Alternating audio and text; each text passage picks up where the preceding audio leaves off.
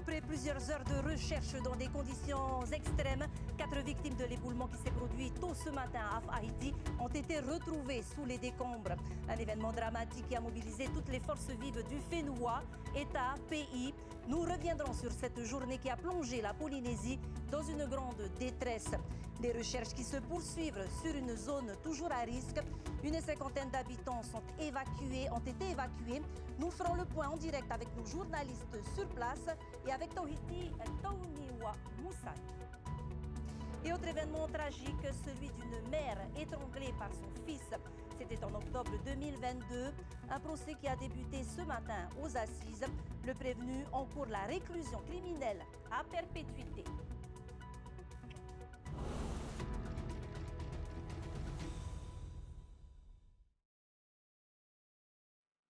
Yorana, à toutes et à tous, et merci de nous rejoindre pour cette édition du mercredi 26 novembre. C'est donc un jour sombre qui restera gravé dans les mémoires de tous les Polynésiens après ce drame qui a frappé la presqu'île. Tôt ce matin, aux alentours de 5 heures, 2 familles ont été ensevelies après qu'un flanc de montagne s'est effondré sur leur maison. Tous les services de secours, de santé, de sûreté du pays et de l'État ont été mobilisés pour tenter de sauver les personnes qui occupaient les habitations ensevelies. Le bilan provisoire est de 4 morts. Retour sur cette journée dramatique avec Davidson, Naya Bennett, Tahiti Tauniwa Moussa et Hoanui Atuahiva. Commentaire signé Sam Teinauri. C'était hot quoi. Tout ce que j'ai... C'est comme je dis aux copains, dans la drague, je pensais à mes enfants. Et là, je pense aussi à la famille qui est en train d'attendre qu'on retrouve leurs enfants. Pareil, il y a des enfants dedans. Aux alentours de 11 heures, un nouvel éboulement met en difficulté les services de secours et les pilotes des engins qui déblayaient les décombres. Heureusement, plus de peur que de mal, mais cela rend le sauvetage des victimes de plus en plus délicat. Un point qui est extrêmement important, vu la configuration du terrain, la mobilité du terrain, vous avez vu qu'il y a eu des éboulements depuis ce matin, rien n'est stable, ça va prendre énormément de temps. Parce qu'il y en va de la sécurité, évidemment, de ceux qui interviennent, mais aussi de la sécurité potentiellement des gens qui sont à l'intérieur. Donc, on est susceptible d'avoir une opération qui va durer 24 heures, 48 heures, voire même plus loin, si c'est nécessaire. En plus des engins lourds et des services de police et de gendarmerie, toutes les brigades de sapeurs-pompiers de la presqu'île ainsi que celles de Pire sont mobilisées. Les habitations à proximité ont été évacuées par mesure de sécurité. 12-13 maisons qui sont évacuées par sécurité. L'ensemble des personnes qui ont été évacuées sont actuellement prises en charge à la fois par la commune, par la DSFE et donc par les services du pays. Ils sont regroupés sous une infrastructure de l'IJSPF qui n'est pas loin d'ici.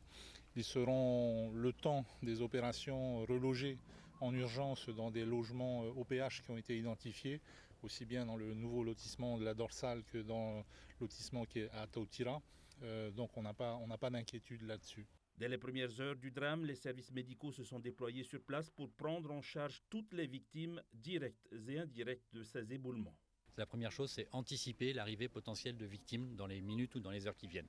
Ça, on est prêt. La deuxième chose, c'est pouvoir gérer toutes les familles qui ont été impliquées, évacuées, avec le déploiement sur Taravao d'un bâtiment, avec du personnel de la mairie, de la commune et des équipes psychologiques, psychiatres pour gérer toutes les familles et les troubles qu'il pourrait y avoir liés aux évacuations et à ce drame qui vient de se produire. Le dernier objectif, c'était vraiment d'anticiper les évacuations parce qu'on est loin de l'hôpital, qui est le plateau vraiment de référence. Donc on a prévu de quoi poser des hélicoptères à proximité, aussi bien sur l'hôpital de Taravao que juste à côté au niveau du gymnase, et également prépositionner du matériel à l'hôpital de Taoné, avec mes équipes qui sont en train de préparer l'arrivée des patients si jamais il y a des patients qui doivent arriver. Voilà, on en est là pour l'instant. Nous, on est vraiment en attente. On est prêt depuis ce matin et l'ensemble des moyens sont mobilisés. À partir de 15 heures, les premières victimes sont extraites des décombres, des corps sans vie d'hommes et de femmes qui ont été surpris dans leur sommeil. Les opérations de sauvetage vont se poursuivre toute la nuit. Et sachez qu'une cellule info publique a été mise en place au 444 210 444 210. Et puis, sur place, donc, ce matin, l'inquiétude et l'émotion étaient palpables. Nos équipes ont rencontré Nani, une habitante du quartier Tehonu, depuis plus de 50 ans. Elle n'a jamais assisté à un tel drame. Vous verrez aussi le témoignage de Yohan, témoignage au micro de Tahiti Tauniwa Moussa. Ce matin, j'ai été réveillée par un grand bruit à Vakar, pensant d'abord que c'était une grosse pluie qui s'abattait. Et en fin de compte, en ouvrant mes yeux, je regardais dehors, ben non, il n'y a pas de pluie. Du coup, après, je me suis précipitée vers la porte de mon garage, juxtant la route. Mais qu'est-ce que je vois après du côté du lotissement Tehonou? C'est comme un brouillard, un nuage blanc. Et je me suis dit, donc il s'est passé quelque chose et ça ne pouvait être qu'un éboulement. C'est la première fois que ce genre de drame arrive ici sur Haïti. Tu les connaissais bien? Ce drame, comme ce qui s'est passé aujourd'hui, oui, c'est la première fois pour moi. Mais sinon, il y avait eu d'autres éboulements, mais pas aussi catastrophiques comme aujourd'hui. Aujourd'hui, c'est plus grave encore. Tu les connaissais bien? Je ne connais pas toutes les personnes du quartier, mais je les vois passer. Là, on en est à presque 3 corps déjà d'extrait des décombres. Ça fait mal. Tout à fait. J'ai très mal. Je suis très peinée pour toutes les familles. Dans la famille, ils sont encore sous les décombres. D'ailleurs, il y a même des familles qui sont passées à la maison pour me demander des nouvelles. S'il y a quoi que ce soit, que je les appelle. Bon, je peux les appeler pour leur dire qu'il y a des corps retrouvés, mais je ne peux pas identifier. Et c'est sûr que ça fait très mal, parce que je me mets à leur place. En ayant de la famille là en dessous, je crois que je ne dormirai pas. Yohan, tu as des membres de ta famille qui sont dans cet accident. Comment tu te sens là? Je m'inquiète beaucoup de la situation parce que là, je n'ai pas la confirmation si ils sont toujours en vie. Et là, je suis toujours sans réponse. Depuis ce matin, tu tournes un peu dans... Oui, j'ai voulu aller comme ça par effraction par un chemin et j'ai été pris par les gendarmes. Ils m'ont dit il ne faut pas aller, c'est interdit, c'est bloqué. Après j'ai été voir par l'autre entrée si je pouvais passer, non plus. Comment toi tu as eu la nouvelle? J'ai appris par ma maman. Comme ma maman a appelé ma tati, et quand ma maman a appelé ma tati, elle ne répondait pas. Et je lui ai annoncé comme un petit bref concernant il y a un éboulement à Haïti, lâchez pas toi. Et quand ma maman a appelé ma tati et qu'elle ne répondait pas, là ma maman elle m'a dit comme ça, essaie un peu d'aller voir sur place parce que comme tati ne répond pas et c'est pas normal. Et quand je suis venu voir sur place, là j'ai vu la montagne, et quand j'ai vu le toit de la maison de mon tonton, c'est là que j'ai vu que ça a carrément choqué, visuellement, psychologiquement. Il s'agit de ton oncle et de ta tante? Non, mon oncle est déjà décédé. Donc la maison, il revient alors à mon cousin, à ma tati. Et il y avait aussi le copain de mon cousin dedans. Là maintenant, qu'est-ce que tu attends? J'attends les réponses concernant les informations que j'ai données à la gendarmerie, si ça correspond aux informations venant de l'identification. Voilà des témoignages poignants recueillis sur place par nos équipes et sans plus attendre, on se rend à Haïti où nos journalistes sont mobilisés depuis ce matin. Tohiti Toniwa Moussan, quel est le point de situation à l'heure actuelle? Bonsoir à tous, Yorana, tous qui nous regardez en ce moment même. En effet, il fait nuit. Ici, comme vous le voyez derrière moi, il fait nuit sur Haïti. La route est quelque peu perturbée, la circulation est quelque peu perturbée, bien sûr, avec la circulation de ces gros camions qui sortent de cette servitude de Tehonou, de ces véhicules qui circulent, mais aussi de ces familles. Les familles de ces personnes qui vivaient dans ces domiciles sont là depuis 16 heures. Ils sont là pour venir constater d'eux-mêmes ce qui s'est passé, mais aussi ils sont là pour essayer d'identifier les corps, choses qui ne leur sont pas encore permis pour le moment de faire. Mais pour revenir un petit peu plus sur tous les moyens humains qui ont été engagés depuis 6 heures ce matin ici du côté de Tayarapu-Est, nous allons tout de suite accueillir notre invité, le colonel Olivier Lotte. Colonel, bonsoir. Bonsoir et merci d'avoir accepté de répondre à notre invitation de ce soir. Les moyens ici sur Haïti sont sans précédent. Ce sont des moyens lourds, tant humains et matériels. Tout à fait. Alors sur le total des nombres des personnes présentes, on avoisine les 80 personnes, que ce soit des forces de l'ordre, des sapeurs-pompiers communaux, des militaires, des gendarmes, du SAMU, des autorités locales, mais aussi des entreprises privées qui participent aux recherches et bien sûr toute la partie logistique. Donc c'est plus de 80 personnes qui participent à ces recherches. Alors on a vu débarquer des gros lampadaires, on a vu débarquer également des grosses dragues. Quels sont les moyens et qu'est-ce que vous faites exactement ici depuis ce matin ? Alors, depuis ce matin, nous avons donc 2 objectifs. Le premier objectif, c'est de protéger la zone, aussi bien les habitations que les intervenants. Ça, c'était le premier objectif. C'est pour ça qu'on a fait évacuer l'ensemble du lotissement, 29 logements dans un premier temps, soit 50 personnes. Le deuxième objectif, c'est bien sûr d'aller au contact des victimes, de faire des recherches, ce qu'on appelle du sauvetage des blêments. Et là, vous avez différents moyens, donc des moyens mécaniques. Nous avons effectivement 2 dragues qui en permanence, on en a plus que ça, mais on en a 2 en permanence, des camions qui relèvent aussi les matériaux, et puis associé à tout ça, donc des équipiers sauveteurs déblaiement, donc c'est la spécialité. Ils sont appuyés aussi avec des drones des sapeurs-pompiers, drones de la gendarmerie, drones des militaires. Et puis là, effectivement, en cette période où la nuit tombe, notre grosse attention, c'est d'éclairer le site, parce qu'en fait, on a toujours peur d'une réplique. Il y a eu une réplique ce matin, ce qui nous a obligés à complètement revoir notre dispositif. Et là, à l'heure où je vous parle, vous avez un drone qui surveille en permanence la partie supérieure. Vous avez 6 personnes qui surveillent en permanence les mouvements terrain, prêts avec un simple sifflet à avertir tout le monde pour dégager la piste. Voilà les actions qui sont faites à cette heure. Pendant la nuit, nous allons continuer pendant la nuit. Je ne vous cache pas qu'on a un ennemi qui est la pluie. Donc on va travailler le temps que la pluie n'intervienne pas, parce que la pluie est à l'origine, on pense, de ce glissement de terrain, et on le voit, elle continue à couler. Donc pour nous, grande vigilance sur la météo. C'est pour ça qu'on va travailler cette nuit sans relâche pour continuer à rechercher des victimes. Ce matin, on a vu également des chiens renifleurs. Est-ce qu'ils sont encore là? Est-ce qu'ils seront encore là demain? Absolument, on a utilisé des chiens de l'armée pour justement trouver des flux. Là, c'est un peu trop compliqué, et la nuit, c'est dangereux pour les chiens. Donc ça a été un choix de les enlever, mais possiblement demain, en fonction de l'avancée des recherches, on va les faire revenir. Qu'est-ce qu'on peut dire aux familles, à la population également de Tayarapu-Ouest qui circule, les automobilistes? Qu'est-ce qu'on peut leur dire? Alors mon message, c'est à plusieurs niveaux. Donc effectivement, fluidifier la circulation, ne pas venir sur site. Voilà.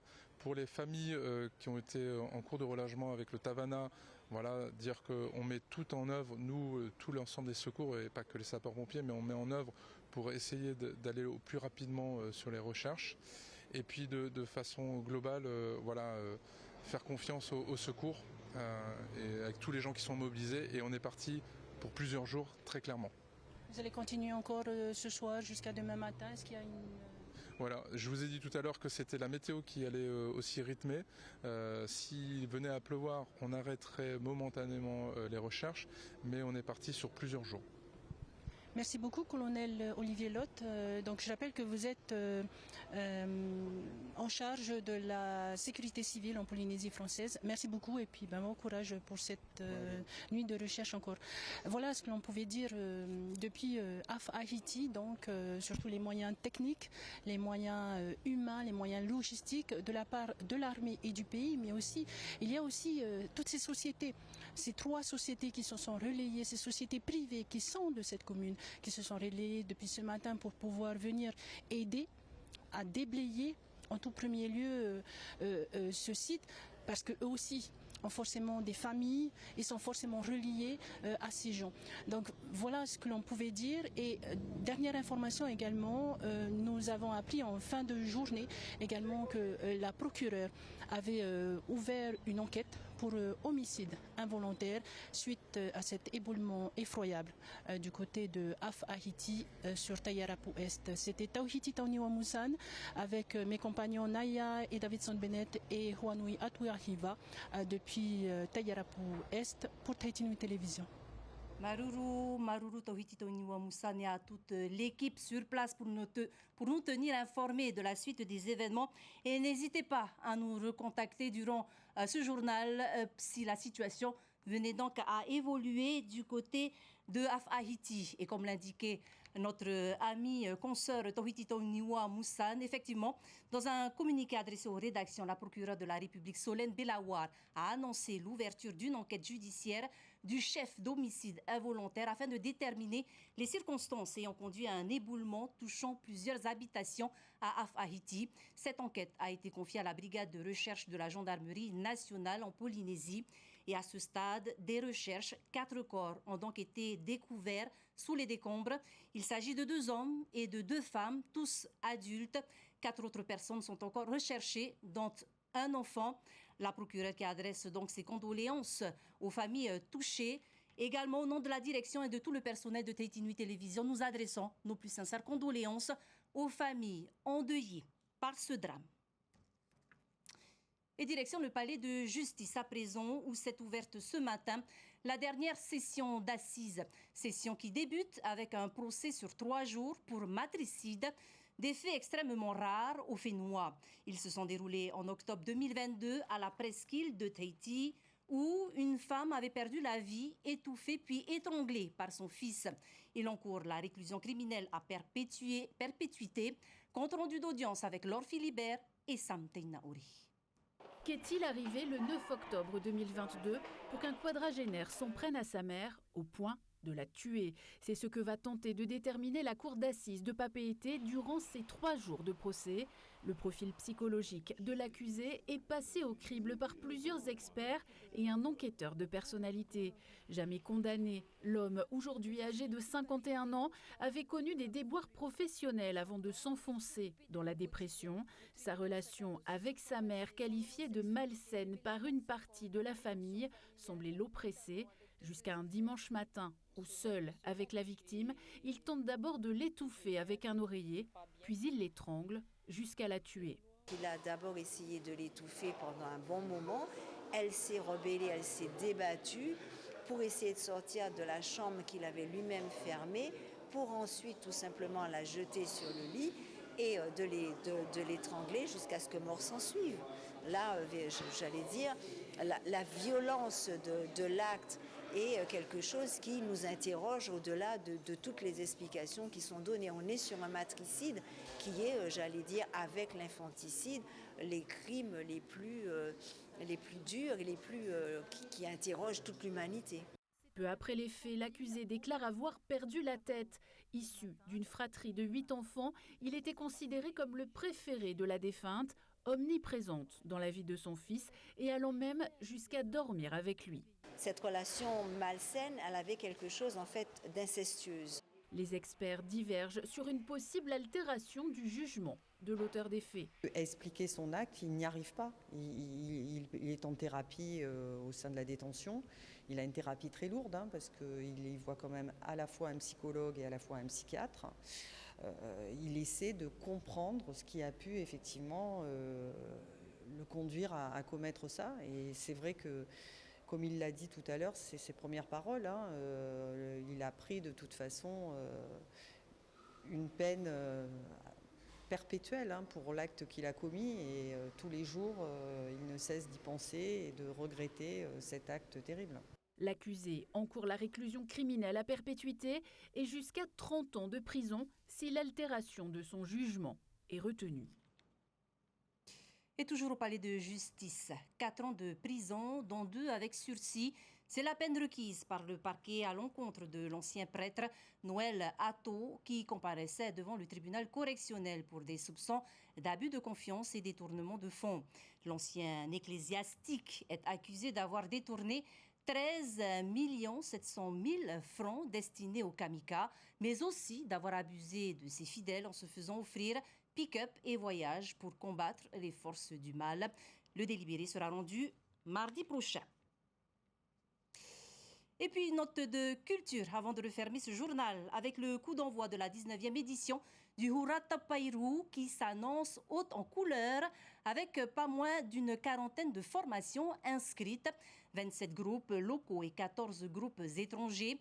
La cérémonie d'ouverture qui a débuté à 18h au Grand Théâtre de la Maison de la Culture sur la prestation de la troupe Tetumumau dans la catégorie Mehura Malihini.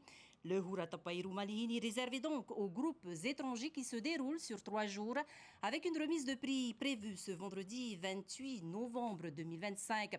Événement auquel a été convié le groupe maori Natoa Tapairou au Te Arawa. Ce matin, la délégation forte d'une vingtaine de personnes a pris part à une cérémonie d'échange sur le pépin à Hiro. Un temps fort symbolique pour célébrer les liens entre les peuples du Pacifique. En venant se produire à Tahiti, il souhaite rappeler que les cultures maoris et tahitiennes reposent sur les mêmes fondements et redonner force à une identité polynésienne commune. Le spectacle est attendu ce vendredi au Grand Théâtre.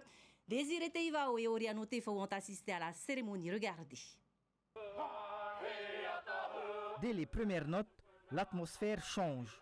Les voix s'élèvent, les gestes s'accordent. À la Maison de la Culture, Natoa Tapairou au Te Arawa offre une cérémonie d'échange intense, un moment de partage symbolique où chacun reconnaît l'autre comme membre d'une même famille polynésienne.